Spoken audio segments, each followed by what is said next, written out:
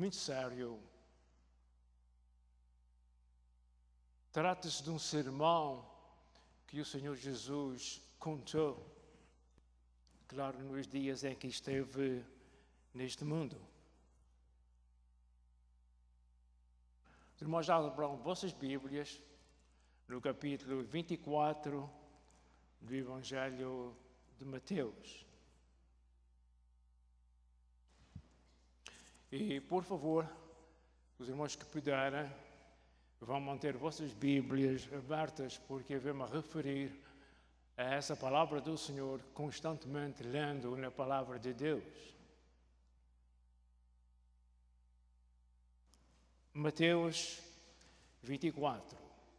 O nome Mateus significa dom de Deus, graça de Deus. É um nome importante, não é?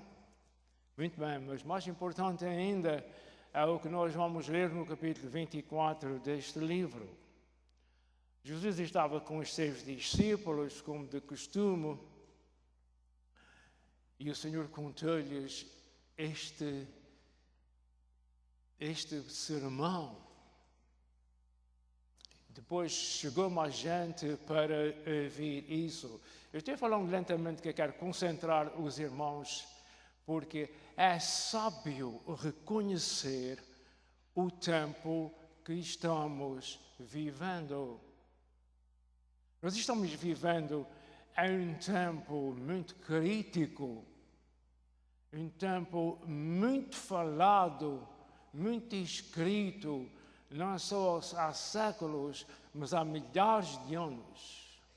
Vamos começar então a leitura no capítulo 24 e prosseguiremos até que o tempo nos permita. O Senhor começou esse discurso dizendo assim: quando Jesus ia saindo do templo, aproximaram-se dele os seus discípulos para lhe mostrarem a estrutura do templo. Deixe-me dar alguma informação para os irmãos terem uma ideia do que é que estamos falando. Esse templo era o edifício mais importante do mundo inteiro. Tinha sido o templo chamado de Zorobabel, porque foi este homem que foi encarregado de construir esse templo quando o povo de Israel veio da prisão, etc, etc. Mas então, este templo foi aumentado e reconstruído por Herodes o Grande. A manha dele, a malícia dele, é que ele queria ser rei dos judeus, porque naquele tempo toda a gente queria ser reis. Eles não entendiam que Jesus é que era o rei dos reis e o senhor dos senhores. Mas não admira, eles não tinham essa revelação ainda, não havia essa revelação.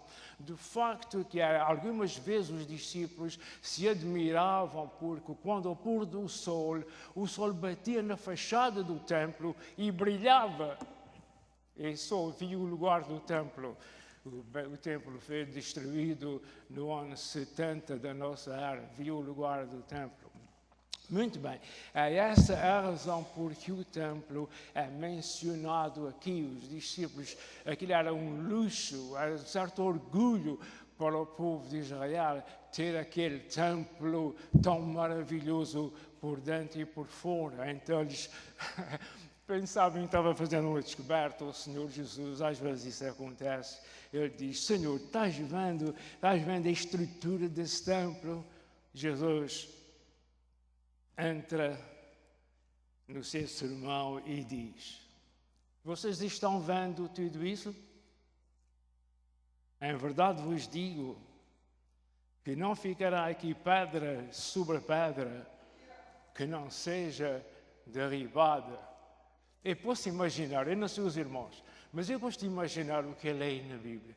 Eu gostava de ver a cara dos discípulos quando o Senhor disse isso. Ele tinha aquele orgulho pessoal, eu não estou criticando, tinha aquele orgulho pessoal de dizer: Senhor, estás a ver que maravilha está aqui? E agora Pedro, dizia ele, vem Jesus e diz, olha, presta atenção, não vai ficar aqui pedra sobre pedra que não seja derribada. Se eu estivesse lá, eu também ficava triste. Meu Deus, isso é o templo de Deus, tão bonito, o que é que vai acontecer aqui? Vão 30 e tal anos, ou no ano 70, isso está sendo falado no ano 30, 30 e tal, 40 anos depois aproximadamente, até as pedras arderam. Hoje em dia, eles nunca conseguiram ver as pedras daquele templo. Aquilo pegou fogo de tal maneira que ardeu e esconderam as pedras, o fosse lá o que fosse. Tito, aquele que reinava os romanos naquele tempo, ele mandou cargas de sal para pôr naquela área toda, que nem a erva crescia naquele lugar. Muito bem. Para os irmãos terem uma ideia, porque é que os irmãos leram o verso 1 e o verso 2, porque é que o Senhor disse que aquele ia desaparecer e desaparecer mesmo. Continuando, o verso 3 diz assim, e estando assentado no trono das oliveiras, que ficava aí, fica cerca de 1 quilômetro distante desse, não? Chegaram-se a ele os seus discípulos em particular, dizendo, dize-nos quando serão essas coisas e que sinal haverá da tua vinda e do fim do mundo. E admiro isso, sabes porquê? Como é que eles já sabiam acerca do que ia acontecer, do fim do mundo?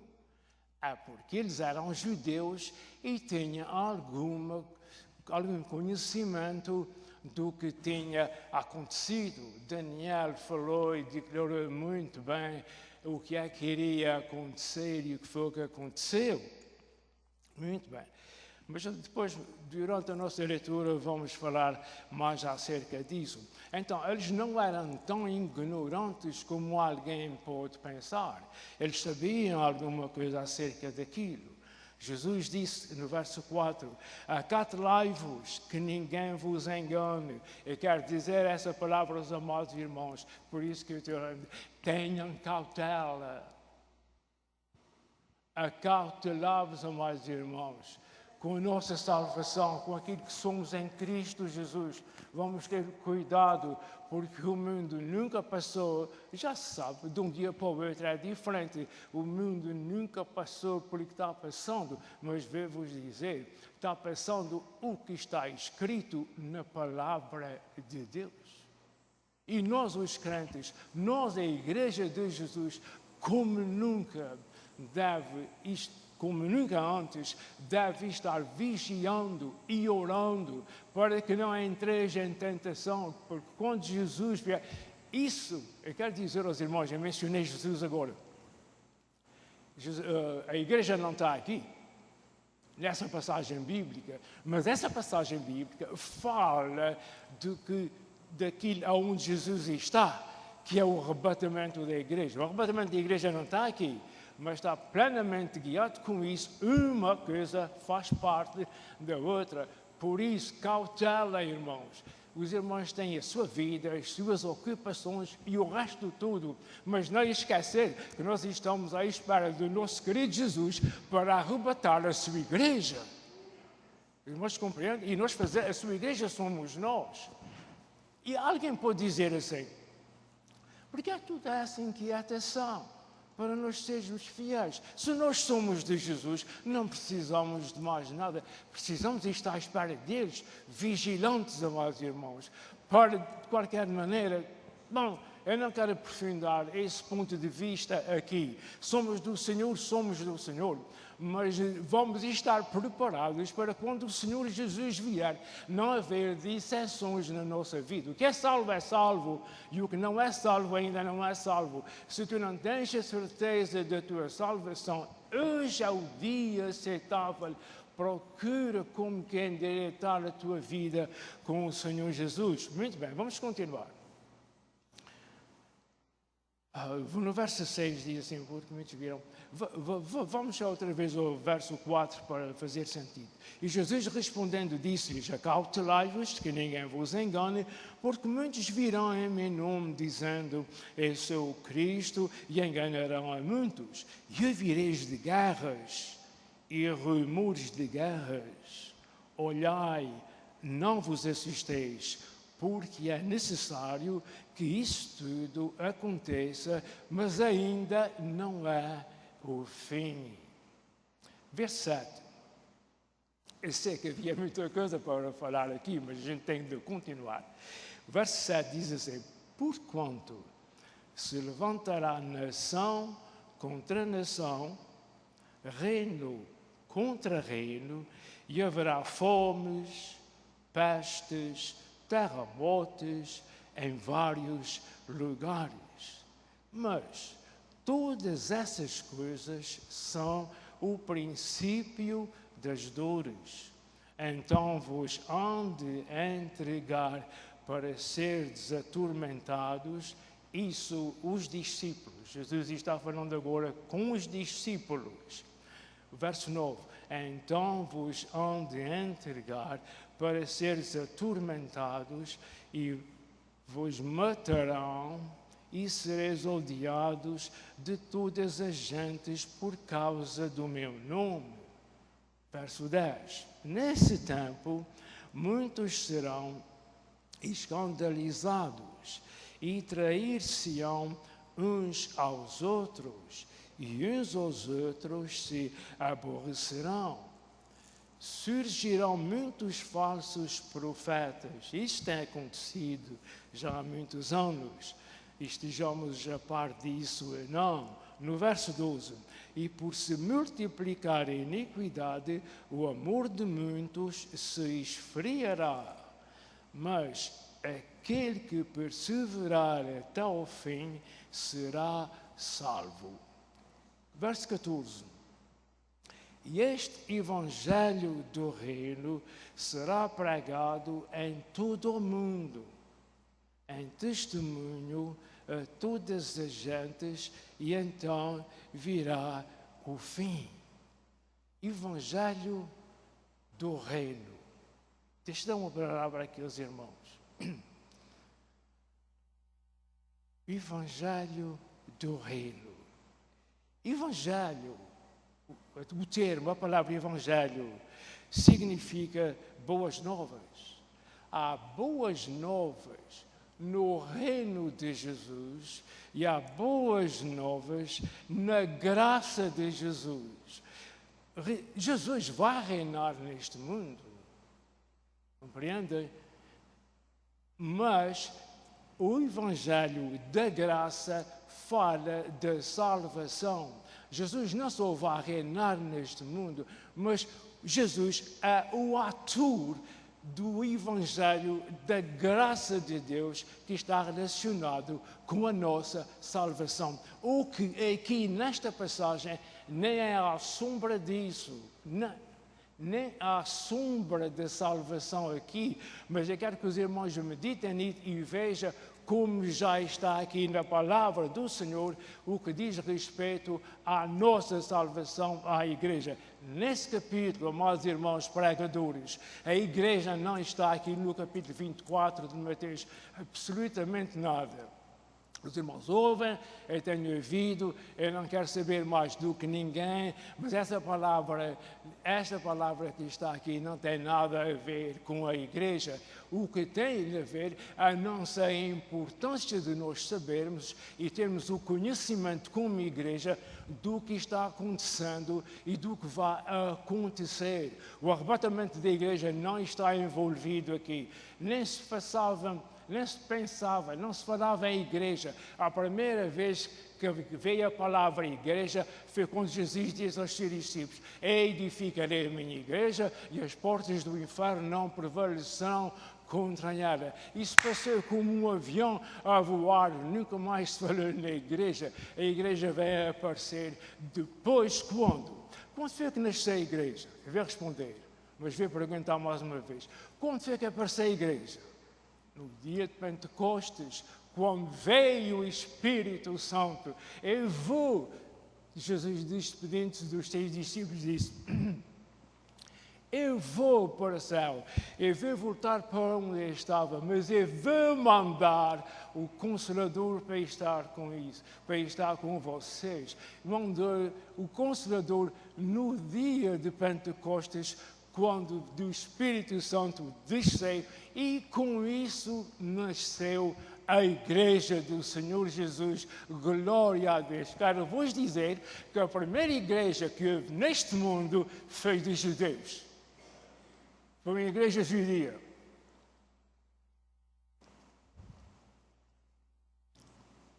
Mas os judeus são para este mundo. A igreja é para o além, para o céu.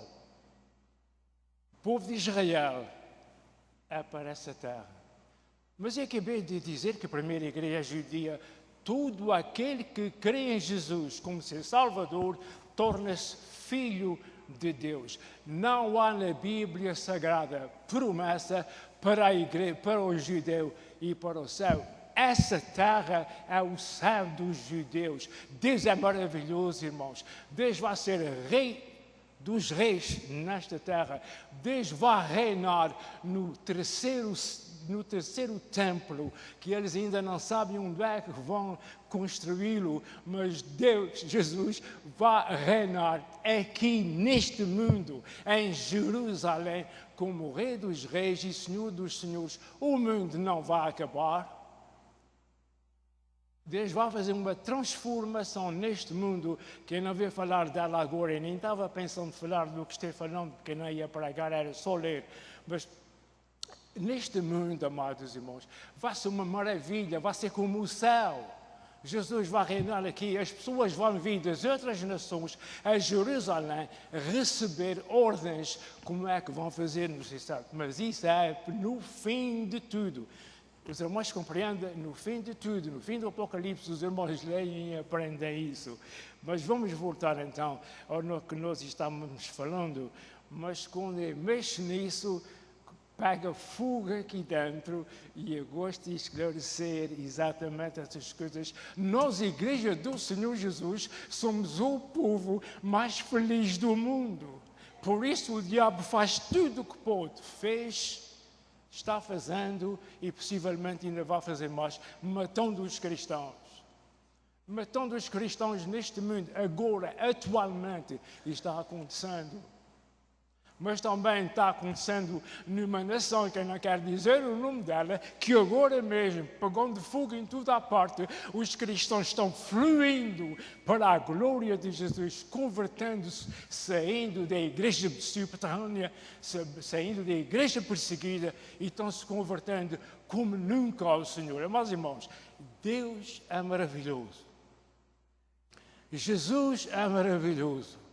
Deus está fazendo coisas neste mundo para eu e os amados irmãos tirarem mais tempo em nossas casas, meditando na palavra do Senhor e preparando-se para estar com o Senhor, porque a igreja do Senhor é um povo especial. E a igreja do Senhor está crescendo agora incalculavelmente. Se os irmãos não estão a par disso, já têm a idade e também têm o suficiente à sua disposição para aprenderem bastante do que estou falando.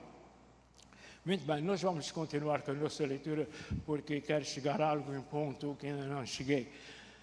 Vamos continuar então com Deus. Agora o Senhor mudou, acabei no capítulo 14, e no verso 15 nós vamos continuar, muda, é um outro sermão que continua com a grande tribulação. Eu quero que os irmãos saibam que a igreja do Senhor Jesus não passa pela tribulação. Segundo se aprende com quem sabe mais, a igreja do Senhor Jesus vai para o céu, no capítulo 3 do Apocalipse, e só lá para os lados do fim, é que vai acabar a tribulação. E quando a tribulação que vai haver neste mundo, a igreja já está no céu com Jesus. Por isso, eu estou lendo esse capítulo da palavra do Senhor para os irmãos ouvirem e mais pessoas que se estão ouvindo, prestem atenção, porque há coisas maravilhosas guardadas para a igreja e há coisas terríveis que este mundo está para passar e já está começando, passando. Mas, meu Deus, nosso tempo é limitado. Vamos continuar então. O verso 15 diz assim: quando depois virdes que a abominação e a desolação, Daniel é que falou disso, eu não vou entrar aqui, mas quando vocês viram acontecimentos que estão acontecendo com aquilo que está escrito em Daniel capítulo 9, então os que estiverem na Judeia, que fujam para os montes, e quem estiver sobre o telhado não deixa atirar alguma coisa da sua casa, e quem estiver no campo não volte atrás a buscar as suas vestes. Isso vai acontecer com os judeus. A igreja não está aqui. Verso 19. Mas ai das grávidas e das que amamentarem naqueles dias. Claro, e uma senhora que está grávida não pode correr, não pode fugir dessas situações. E diz mais no verso 20, e orai para que a vossa fuga não aconteça no inverno, nem no sábado, porque haverá então grande aflição, como nunca houve desde o princípio do mundo até agora, nem tampouco haverá jamais. E se aqueles dias não fossem abreviados, nenhuma carne se salvaria, mas por causa dos escolhidos serão abreviados aqueles dias. Então, se alguém vos disser, eis que o Cristo está aqui, ali, não lhe deis crédito, porque surgirão falsos cristos e falsos profetas e farão tão grandes sinais e prodígios que, se possível fora, enganariam até os escolhidos. A igreja está no céu. Esses escolhidos não são a igreja, são os escolhidos judeus. Eu quero que os irmãos, eu faça o possível para que os irmãos lerem a Bíblia, compreenderem o que é que estão lendo. Eis que eu vos tenho predito. Portanto, se vos disserem, eis que está no deserto, vocês que não saiam. Eis que Jesus ou Cristo está no interior da casa, vocês não acreditam, porque assim como o relâmpago sai do Oriente e se mostra no Ocidente, assim será também a vinda do Filho do Homem. A vinda do Filho do Homem não é o arrebatamento. A vinda do Filho do Homem é no fim da história, no Apocalipse, quando Jesus vem em glória e a igreja vem com ele. Está escrito para nós falarmos e explicarmos, nós o faremos de acordo com o tempo. Eu sei que à primeira vista isso pode parecer embaralhado, mas os irmãos têm uma certa responsabilidade em lerem isso.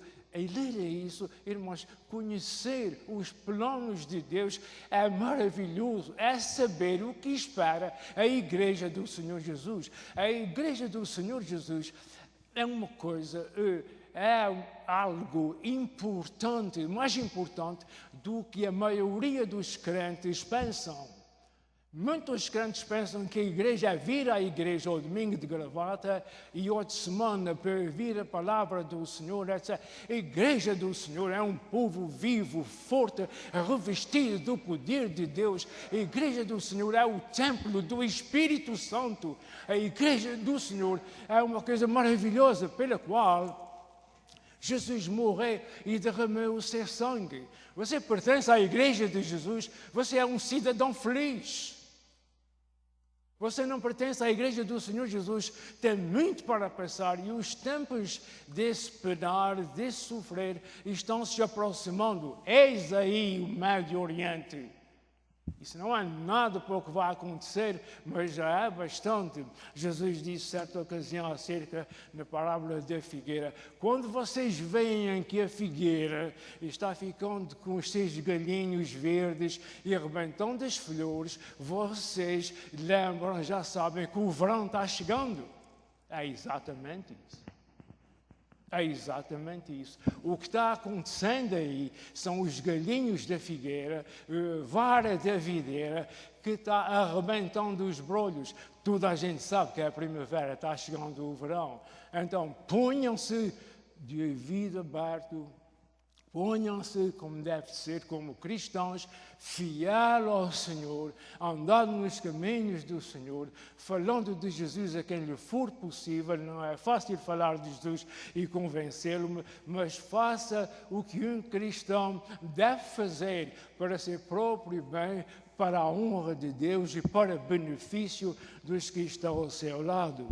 Quase terminando. Então, eu vou-lhe dizer e tenho predito, portanto, se vos disserem, eis que está no deserto, vocês que não saiam lá, eis que Jesus está no interior da casa, não deem ouvidos, porque assim como o relâmpago sai do Oriente e se mostra no Ocidente, assim será também a vinda do Filho do Homem. Pois onde estiver o cadáver, aí se ajuntarão as águas. Só esse verso é o suficiente para uma pregação. Mas eu vou terminar aqui, amados irmãos. Você diz aqui na minha Bíblia como título que o sermão continua a vinda do Filho do Homem. Eu vou pedir aos irmãos que leiam isso em casa, derivado ao nosso tempo. Eu queria só dizer-vos, queridos irmãos, de que nós não vamos a Daniel agora falar o que é que Daniel falou acerca disso, ou o que ele profetizou acerca disso. Eu vou só ler um versículo que diz aqui, o verso 29, entra nessa vinda do Filho do Homem. O Filho do Homem, para que todos saibam, os que já sabem, e quem não sabe, aprende. O Filho do Homem é Jesus. Mas por que é chamado Filho do Homem? Ninguém batizou Jesus com esse nome. Jesus arranjou esse nome para si. Jesus é que começou a dizer que era o Filho do Homem. Sempre quando os irmãos virem falar do Filho do Homem, relacionado com a Bíblia, o Filho do Homem é Jesus. Porque era o homem que tinha que morrer para salvar o ser humano. Jesus está relacionado com a igreja, porque a igreja é um grupo de pessoas salvas. E Jesus, o significado de Jesus, o nome, o termo Jesus é o quê? Salvador. Quem é salvo por Jesus, pertence a Jesus. O Filho do Homem é Jesus, mas sempre quando o Filho do Homem aparece na Bíblia, está falando em Israel. Para o povo de Israel, Jesus não é Jesus, é o Messias. E Jesus diz que é o Filho do Homem. O Filho do Homem na Bíblia está sempre relacionado com o povo de Israel. O povo de Israel é um povo muito importante, porque já vem desde o Velho Testamento. E eu vou dizer-vos, biblicamente falando, Israel não é um nome de um país. Israel é o nome de um homem. Jacob foi-lhe mudado o nome, Deus mudou o nome a Jacob de Israel. A terra de Israel é Canaã, não é Israel, mas aquele lugar do mundo tem passado por muitas facetas, tem passado por muitas dificuldades políticas, etc, etc, etc. Então acabei chamando aquilo de Israel, mas Israel é o nome de um homem. E assim, e o que se chama Israel, politicamente falando, não é um país. Mas o nome daquele país é Canaã. Caminhando eu vou para Canaã. Caminhando eu vou para Canaã. Isto é, o povo de Israel foi caminhando do Egito para a Terra Santa, para Canaã. Mas, como eu já acabei de dizer, políticas por um lado, e etc, muitas guerras acabaram chamando Israel ao terreno. Mas deixa eu ver aqui o verso 29 e eu já vou terminar. E logo depois da aflição daqueles dias, o sol vai escurecer, a lua não dará a sua luz, e as estrelas cairão do céu, e as potências dos céus serão abaladas. Claro, isso é tudo expressões simbólicas, mas está na Bíblia e tem os seus significados. O verso 30 diz, então aparecerá o céu. Então aparecerá no céu o sinal do Filho do Homem. Isso não é Jesus vem buscar a igreja, é o Senhor Jesus vem tratar de Israel. E todas as tribos da terra se lamentarão e verão o Filho do Homem vindo sobre as nuvens do céu, com poder e grande glória, montado no cavalo branco, e a igreja do Senhor vem com ele nessa ocasião. E ele enviará os seus anjos com risco clamor do trombeta, os quais ajuntarão os escolhidos judeus, a igreja já está no céu, desde os quatro ventos de uma a outra extremidade dos céus. Aprendei, pois, esta parábola da figueira. Eu não queria ler, mas eu vou ler agora. Quando já os seus ramos se tornam tenros e brotam folhas, sabeis que está próximo o verão. Igualmente, quando vires todas estas coisas, eis que está próximo o dia do Senhor. Eu vou terminar aqui, amados irmãos. Já venho prometendo há muito tempo que vou terminar. Chegou a hora de terminar mesmo. Então, queridos irmãos, nós, como igreja do Senhor Jesus, Pastor João, então espera lá. Se não tem nada a ver com a igreja, então para que é que está falando nisso à igreja? Para a igreja estar atenta, porque esses acontecimentos estão diretamente relacionados com o que vai acontecer com a igreja, que é o arrebatamento da igreja. A igreja necessita saber isso, por isso está escrito na palavra do Senhor. Quando tiver um tempozinho em casa, faça um favor a si mesmo. Aprenda mais alguma coisa acerca disso. Não terá nada para perder, porque o facto de nós não estarmos metidos nisso como igreja nos faz alegrar, nos causa alegria. Nós conhecemos o que vai acontecer, mas não vai acontecer com a igreja. Com a igreja, o que é que vai acontecer? De um momento para o outro, ela está aqui e ela sobe para o céu e o resto fica tudo atrás para o resto.